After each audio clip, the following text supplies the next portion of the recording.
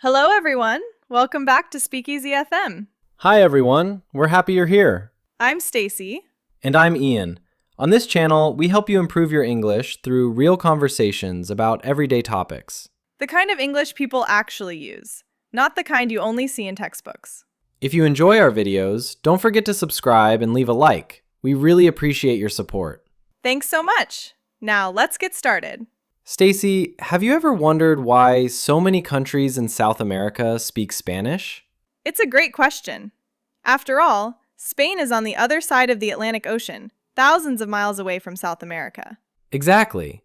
So how did Spanish become the main language in so many different countries?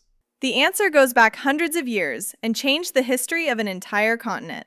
Today, we'll look at how Spanish spread across most of South America and why it's still the main language in so many countries today. Let's jump in. Okay, so let's start with the short version. Why do so many South American countries speak Spanish? The short answer is colonization. Starting around 500 years ago, Spain took control of most of South America, and they ruled it for almost 300 years.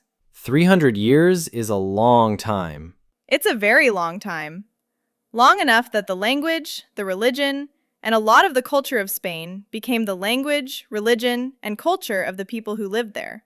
So it's not that people in South America chose Spanish. It arrived with the Spanish Empire and it stayed. Exactly. And once a language is used in schools, in government, in churches, and in daily business for hundreds of years, it becomes the language of the country, even after the country becomes independent. That's the short version. Now, let's go back and actually tell the story, because it's a lot more interesting than just Spain took over. Okay, so we have to start in 1492. The famous year, Christopher Columbus. Right. Columbus sailed from Spain looking for a new route to Asia, and instead, he landed in the Caribbean. He didn't even reach South America on that first trip, but it opened the door. So Spain suddenly realized there was this huge part of the world they didn't know about. Exactly. And very quickly, Spain started sending more ships, more soldiers, and more explorers. These men were called conquistadors. Conquistador. That word basically means conqueror, right? Yes, someone who conquers land. And the conquistadors were looking for gold, land, and power. Within just a few decades, they had reached what is now Colombia, Peru, Chile, and much of the rest of South America. That's fast. A few decades to cover that much land. It is fast, and it wasn't peaceful. The conquistadors fought and defeated powerful civilizations that were already living there. The biggest one was the Inca Empire. I've heard of the Incas. They were in Peru, right? Peru, and also parts of Ecuador, Bolivia, Chile, and Argentina. The Inca Empire was massive. They had cities, roads, farming systems, and a whole government. Machu Picchu, which people visit today, was built by the Incas. So this wasn't empty land the Spanish arrived at. There were already millions of people living there, with their own languages and their own way of life. Millions. That's a really important point. South America was full of different civilizations, different languages, different traditions, long before Spain ever arrived. So how did Spain go from a few conquistadors to controlling almost the entire continent? A few reasons. The Spanish had weapons like guns and steel swords that many local groups didn't have. They also brought horses, which gave them a big advantage in battle. And I remember learning about disease, too. That's actually one of the biggest reasons. The Spanish brought diseases from Europe, like smallpox, that local populations had never been exposed to before. Huge numbers of people got sick and died, even before major battles happened in some areas. That's really tragic when you think about it. It really is. It's one of the darkest parts of this history. Millions of indigenous people died from disease, war, and forced labor during the conquest and the years that followed. So Spain took control through a mix of weapons, disease, and also, I'm guessing, alliances? Yes, that's another piece people don't always know. The Spanish sometimes made alliances with local groups who had their own conflicts with the Inca or other powerful groups. So it wasn't always Spain against everyone. Sometimes local rivalries helped Spain win. History is always more complicated than the short version. Always. But the result was clear. By the late 1500s, Spain controlled most of South America. Okay, so Spain controls the land. How does that turn into everyone speaking Spanish? This is the important part. Once Spain controlled a territory, they didn't just take resources and leave.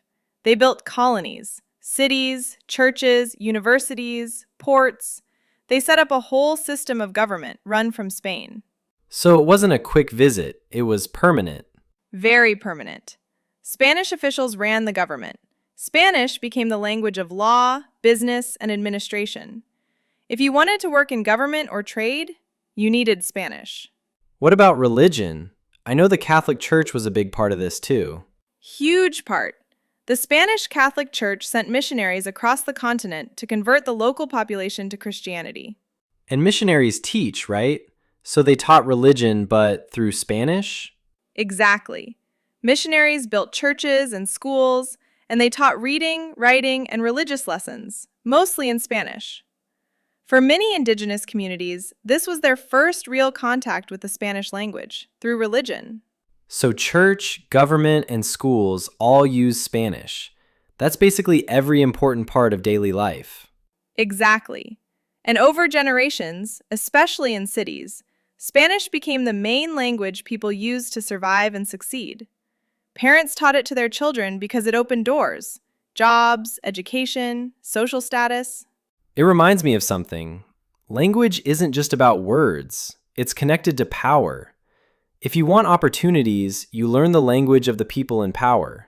That's exactly it. That pattern happens all over the world, actually. It's not unique to South America. True. What about intermarriage? I know that happened a lot too. Yes, over the centuries, there was a lot of mixing between Spanish settlers and indigenous populations, and also with enslaved Africans who were brought to South America. This created a new mixed population, often called mestizo. And I'm guessing families in mixed households often ended up speaking Spanish at home, especially in cities. Right, not everywhere, and not immediately. But over time, especially in urban centers, Spanish became the common language that connected everyone, no matter their background. So it's really a slow process. It's not like one day everyone just started speaking Spanish. It happened over centuries. Exactly. Almost 300 years of Spanish rule.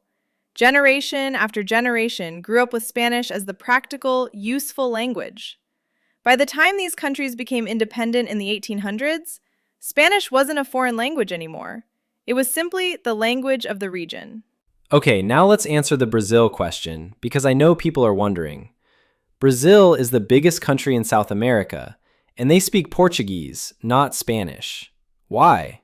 This goes back to something called the Treaty of Tordesillas from 1494. That's even before Columbus reached South America.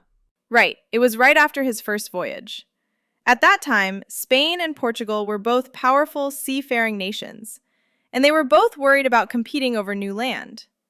So the Pope at the time helped them agree on a line, an imaginary line drawn down the middle of the Atlantic Ocean. And whatever land was found on each side belonged to that country? Basically, yes. Land to the west of the line would belong to Spain. Land to the east would belong to Portugal. So where does Brazil come in?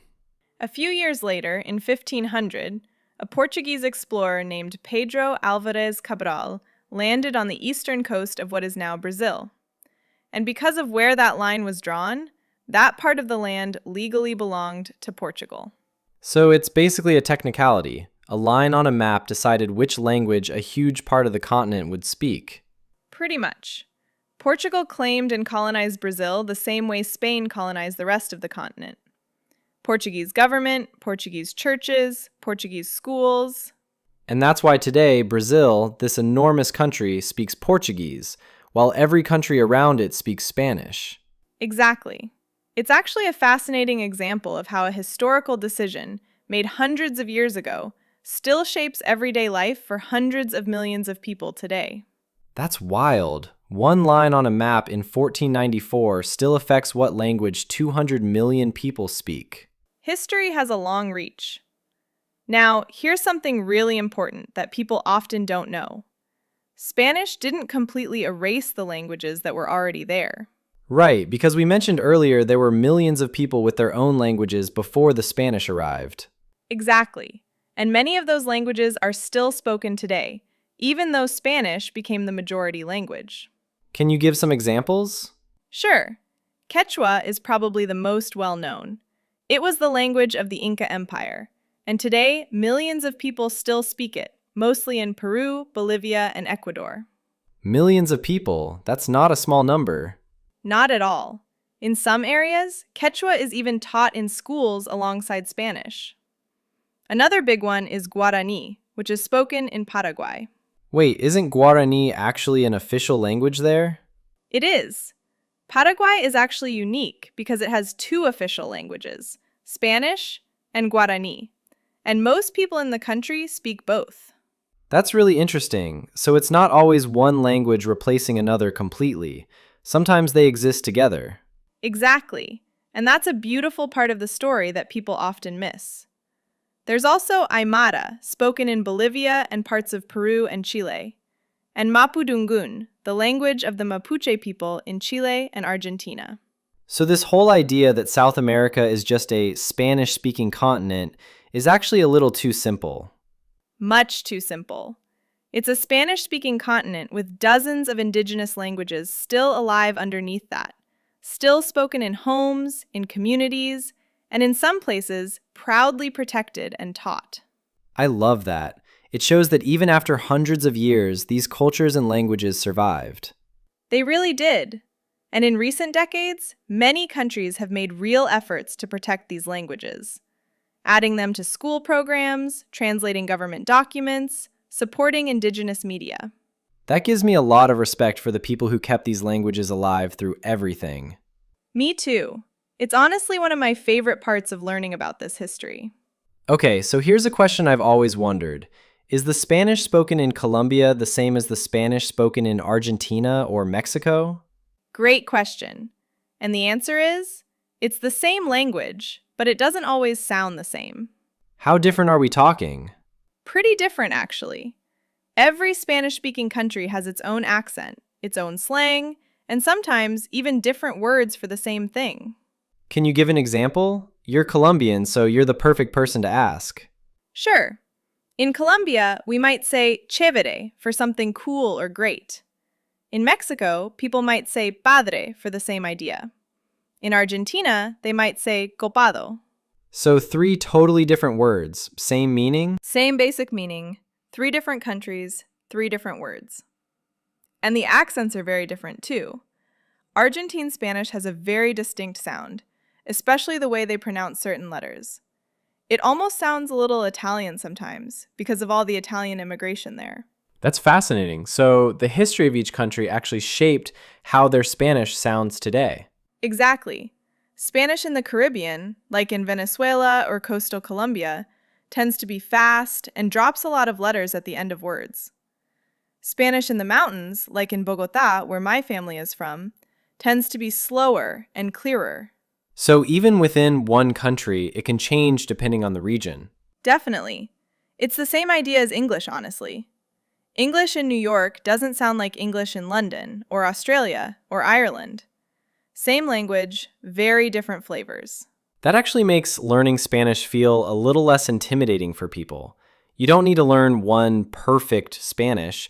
You just learn Spanish, and you'll pick up the local flavor wherever you go. Exactly. And honestly, that variety is part of what makes the language so rich and alive. So let's bring this all together. Today, Spanish is the official language in most South American countries. It connects hundreds of millions of people across the continent, and also connects them to Spain, Mexico, Central America, and Spanish speakers all over the world. It really is one of the most spoken languages on the planet because of this history. Spanish is spoken by hundreds of millions of people as a first language, and it's growing.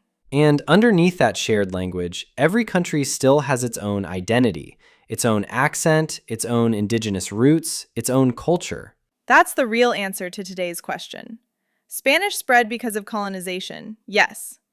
But what exists today isn't just Spanish culture copied everywhere. It's something new.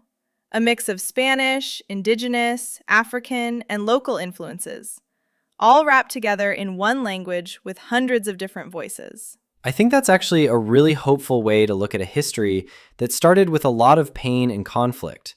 Something new and beautiful grew out of it, even if the beginning was really hard. I completely agree. And I think that's why this topic is so worth understanding. It's not just trivia. It actually explains why the world looks and sounds the way it does today. Okay, we covered a lot of history today. Let's slow down and go through some of the most useful words. This will help you talk about this topic, or really any history topic, in English. Great idea. First word, colonize. To colonize a place means to take control of it and settle people there, usually from another country. You can say, Spain colonized most of South America, or many European countries colonized parts of the world. Next word, empire. An empire is a large group of countries or territories controlled by one ruler or government. The Spanish Empire and the Inca Empire were both empires. You can say, the Inca Empire covered a huge part of South America. Next, conquest. Conquest means the act of defeating and taking control of a place by force. You can say, the Spanish conquest of South America took decades, or the book is about the conquest of the Inca Empire. Next word, indigenous. Indigenous means originally from a place, native to that land. The indigenous people of South America were living there before the Spanish arrived. You can say, Quechua is an indigenous language, or there are many indigenous communities in Peru. Next, missionary. A missionary is a person sent to teach or spread a religion, usually in a foreign place.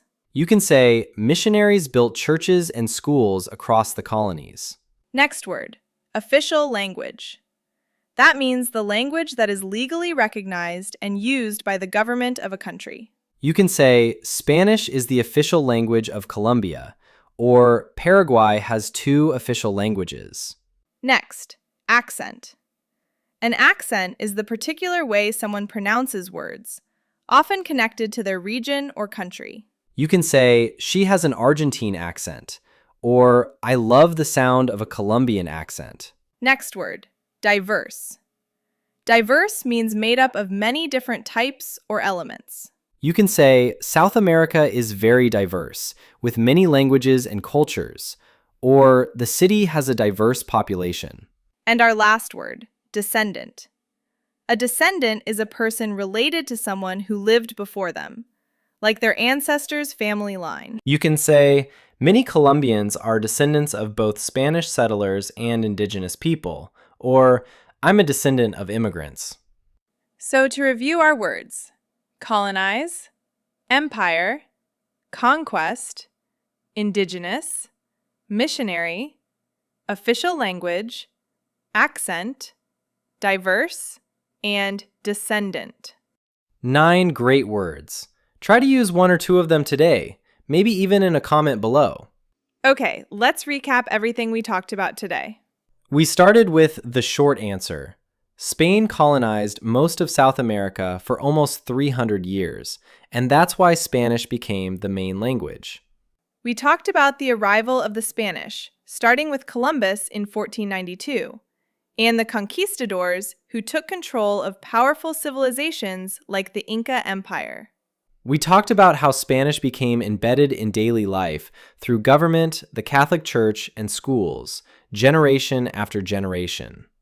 We explained why Brazil speaks Portuguese instead of Spanish, because of the Treaty of Tordesillas and a Portuguese explorer landing on the eastern coast in 1500. We talked about indigenous languages that are still alive today, like Quechua, Guarani, Aymara, and Mapudungun, and how some countries protect and celebrate them. We talked about how Spanish sounds different from country to country, with different accents and slang, using Colombia, Mexico, and Argentina as examples. And we ended with the bigger picture. Spanish spread through a difficult and often painful history, but what exists today is a rich mix of Spanish, indigenous, and other cultures. That's a lot of history in one episode. It really is, but I think it actually makes a lot more sense now, right? Definitely. Understanding the why behind something makes it so much easier to remember. Okay, time for our favorite part. The question of the day. And today we have 2 questions for you. First question. What language or languages do people speak in your country, and do you know why? For example, you could write, in Brazil, we speak Portuguese because of Portuguese colonization. Or, in the Philippines, we speak Filipino and English because of Spanish and American history. Second question.